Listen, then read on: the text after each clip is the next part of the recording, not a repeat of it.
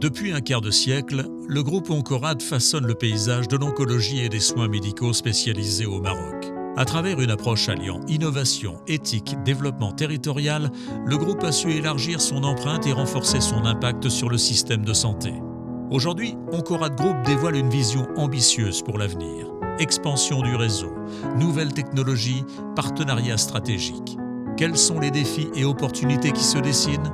Pour en savoir plus, nous avons rencontré le président du groupe qui nous partage son regard sur le chemin parcouru et les grandes orientations de demain. Quel bilan faites-vous des 25 ans d'activité d'Oncorad Group ? D'abord, pour nous, l'étape de faire le bilan, c'est un peu anticipé parce que ce qu'on souhaite pour Oncorad et sa participation dans le système de santé marocain est beaucoup plus ambitieux que ce que nous avons réalisé à ce jour. Néanmoins, Oncorad a joué un rôle très important dans l'offre de soins au Maroc, d'abord dans ce qui est immatériel. Aujourd'hui, on a créé un réseau de cliniques qui est d'abord éthique, où tout tourne autour du patient et de son confort et de son bien-être, et le respect de la déontologie, donc l'approche sociétale de notre management. Tout ça, c'est de l'immatériel sur lequel on insiste dans le fonctionnement du système de santé au sein d'Oncorad. Mais aussi du matériel. D'abord, nos cliniques sont des cliniques performantes, porteuses de technologies qui n'ont pas de plafond. Aujourd'hui, on a touché à la chirurgie robotisée, on a touché aux machines de dernière génération, aux scanners de dernière génération. Ces performances technologiques permettent aux malades de se faire traiter dans de très bonnes conditions. Le malade marocain aujourd'hui, dans le domaine de soins, ou du moins dans le réseau Oncorad, se traite comme tous les autres pays à travers le monde. Et bien entendu, si le bilan financier, la performance financière aussi est une performance qui est respectable, ce qui fait que les investisseurs et les opérateurs économiques s'intéressent énormément à notre modèle. Vous mettez l'accent sur l'éthique et l'innovation. Comment ces valeurs se concrétisent-elles dans vos établissements ? D'abord, Oncorad, c'est d'abord des hommes et des femmes, ou des femmes ou des hommes, talentueuses, qui sont rompus à une expertise de très haut niveau, qui sont très agiles, ils s'adaptent à toutes les situations. C'est ce qui nous a permis d'être en mesure d'implémenter des offres de soins d'un très haut niveau. C'est simple, tout ce qui concerne le domaine de la cancérologie aujourd'hui, on a toujours essayé d'être à l'avant-garde, d'abord au Maroc et en Afrique, et bien dans certaines situations même à travers le monde. Vous avez récemment annoncé une nouvelle stratégie de développement d'Oncorad Group. Quelles en sont les grandes lignes ? Vous savez très bien que j'ai une autre casquette, c'est celle de président de l'hospitalisation privée, qui n'est pas en contradiction avec ce que nous faisons tous les jours au sein d'Oncorad. Notre mission à nous tous, pouvoir public, privé, gouvernement, sous l'égide de Sa Majesté le roi Mohammed VI, que Dieu le glorifie, c'est de reconstruire notre système de santé. La pandémie Covid a démontré la fragilité de notre système. Et nous devons travailler sur un système où d'abord le Marocain doit regagner sa dignité en bénéficiant de manière claire et nette d'une assurance maladie dans le vrai sens du terme. Et Dieu merci, aujourd'hui, on va bientôt toucher les 30 millions d'assurés. Ça, c'est la principale acquisition de cette refonte sur laquelle on a travaillé tous, l'hospitalisation privée, les institutions, le gouvernement et Sa Majesté, que Dieu le glorifie. Et deuxièmement, une meilleure gouvernance du système de santé marocain. Aujourd'hui, nous avons une haute autorité de santé qui guide un peu, avec toute neutralité, la configuration du système de santé marocain, la régionalisation de de la gouvernance. On n'a plus besoin d'aller jusqu'à Rabat pour prendre des décisions. Et finalement, la problématique de ressources humaines, qui est le maillon faible de notre système, en mettant en place des systèmes qui permettent de mutualiser nos ressources humaines entre le système privé, le public et le système public, et créer un partenariat solide public-privé. Donc tout ça en Corad est en phase avec toutes ces mesures, qui sont des mesures débutantes, mais qui promettent un système de santé marocain qui, pour le moment, il est fragile, mais on sent des prémices d'amélioration pour ramener ce système-là au même niveau des pays développés, chose à laquelle aspire tout citoyen marocain. La médecine ambulatoire est au cœur de votre stratégie. Pourquoi avez-vous choisi de privilégier ce modèle ? La médecine ambulatoire aujourd'hui, c'est la conception mondiale de l'offre de soins à travers le monde. Deuxièmement, avec le développement technologique et l'amélioration des moyens thérapeutiques, nous sommes capables de faire des actes thérapeutiques et diagnostiques qui jadis nécessitaient des hospitalisations longues. La chirurgie robotisée en est un exemple. Quand on opère une prostate par chirurgie classique, c'est 5-6 jours d'hospitalisation. Par la chirurgie robotisée, c'est 24 heures, voire dans la journée. Donc c'est dire qu'aujourd'hui, le nombre de lits à travers le monde est en train de se réduire au profit d'un développement technologique qui permet aux patients de ne pas avoir besoin d'hospitalisation et de séjourner dans la structure. Et puis un lit, ça coûte cher à l'entretien, ça coûte cher aux ressources humaines, ça coûte cher à la gestion.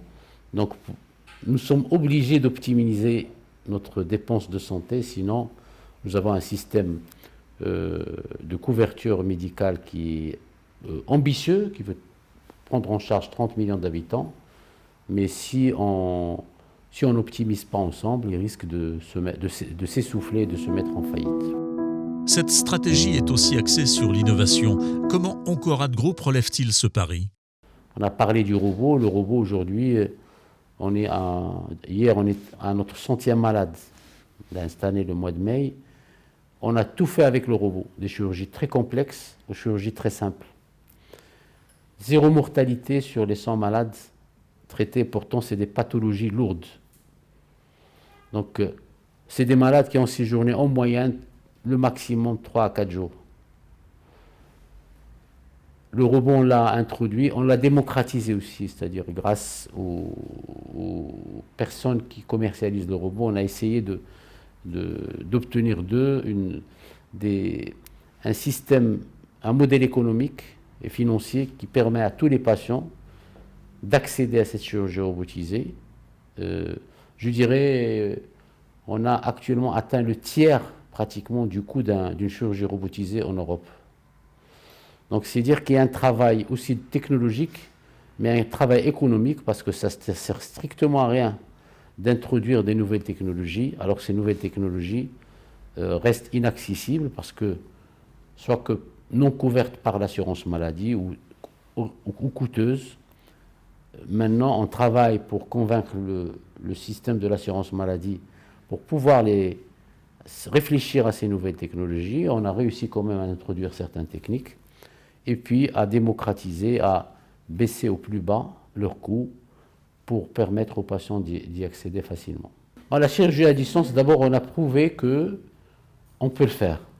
Parce que la problématique de la chirurgie robotisée, c'est que quand on l'a créée pour plusieurs objectifs, dont celui d'opérer un patient d'une ville dans une autre ville, parce que les chirurgiens du robot ne sont pas nombreux, et donc on peut les utiliser en opérant d'une ville sur une autre ville pour pouvoir optimiser les ressources dans ce sens-là. Aujourd'hui, je peux opérer un malade avec une console de Ouarzazate, le malade étant à Casablanca avec un chirurgien à Ouarzazate ou l'inverse. Ce record pour la chirurgie à distance par système robotisé, C'est d'abord une fierté pour le Maroc, c'est la plus longue distance qui a été réalisée.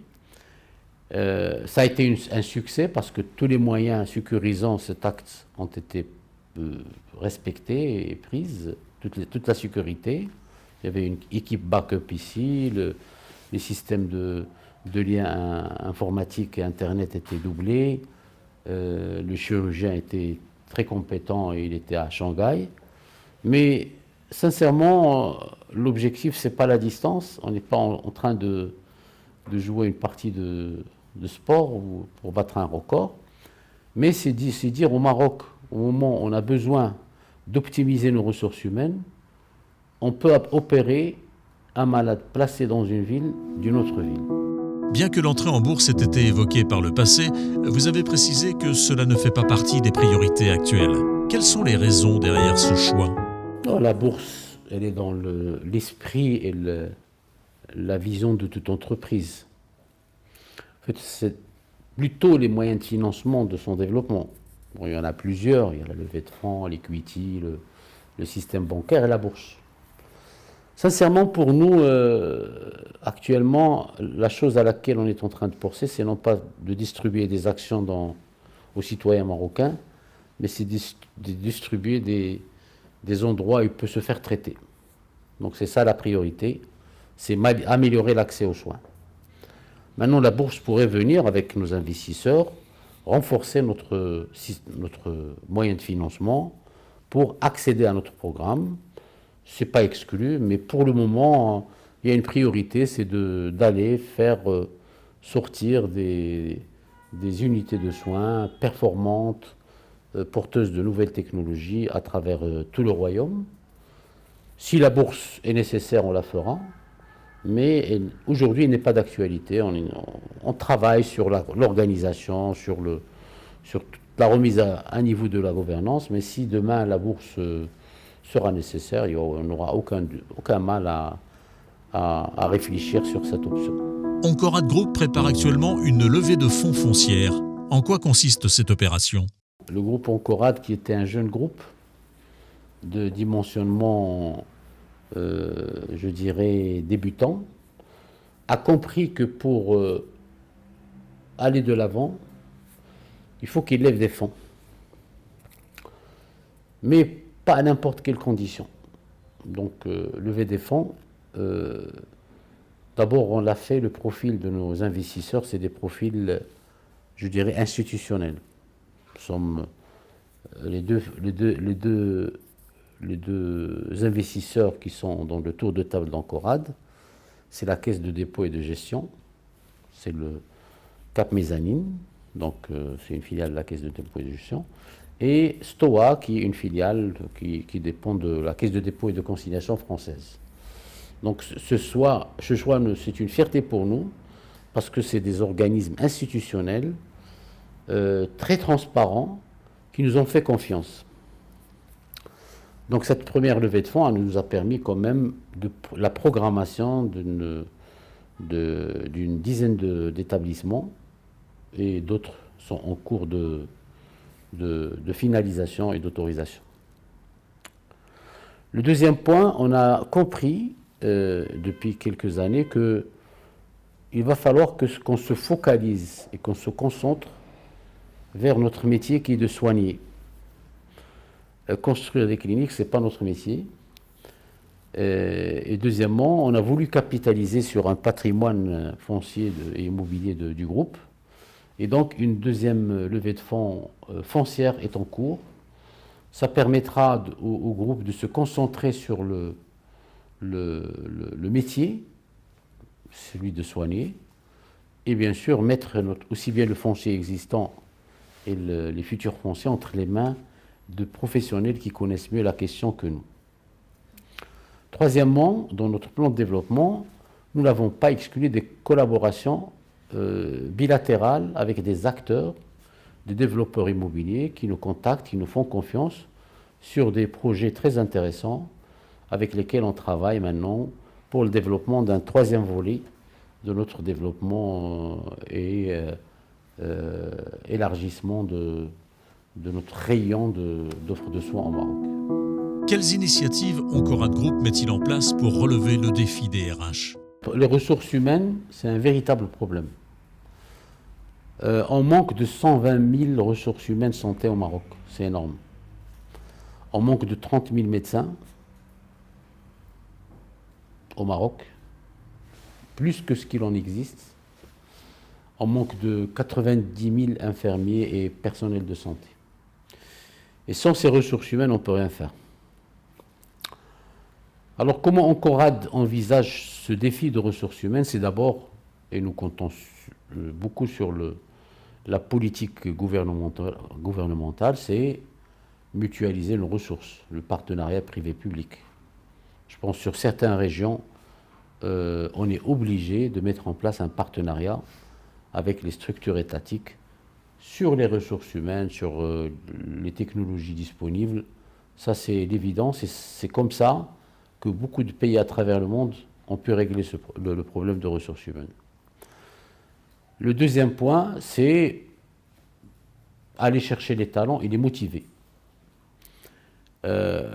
Nos services de ressources humaines essaient d'aller trouver des ressources humaines, aussi bien au Maroc, talentueux, qu'à l'étranger, c'est-à-dire la diaspora marocaine à l'étranger. Et nous sommes fiers de pouvoir convaincre de manière maintenant de plus en plus importante, quelques Marocains établis en Europe ont accepté de rentrer parce qu'on leur a quand même mis en place toutes les conditions nécessaires pour qu'ils regagnent la mère patrie, et ça, c'est un honneur pour nous.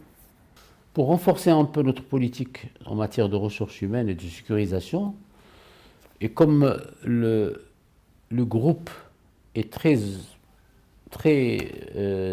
acquis sur le sociétal, nous avons mis en place une action avec nos ressources humaines qui rallie entre le sociétal et le support de certaines catégories de population et la sécurisation de ressources humaines. Et là, on a mené depuis 2021 une action qui est dirigée vers des jeunes bacheliers issus de souches économiquement modestes.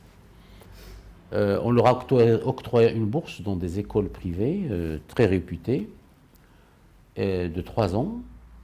Et bien entendu, ces jeunes vont travailler dans le réseau Oncorad par la suite. Aujourd'hui, on est à une centaine de boursiers.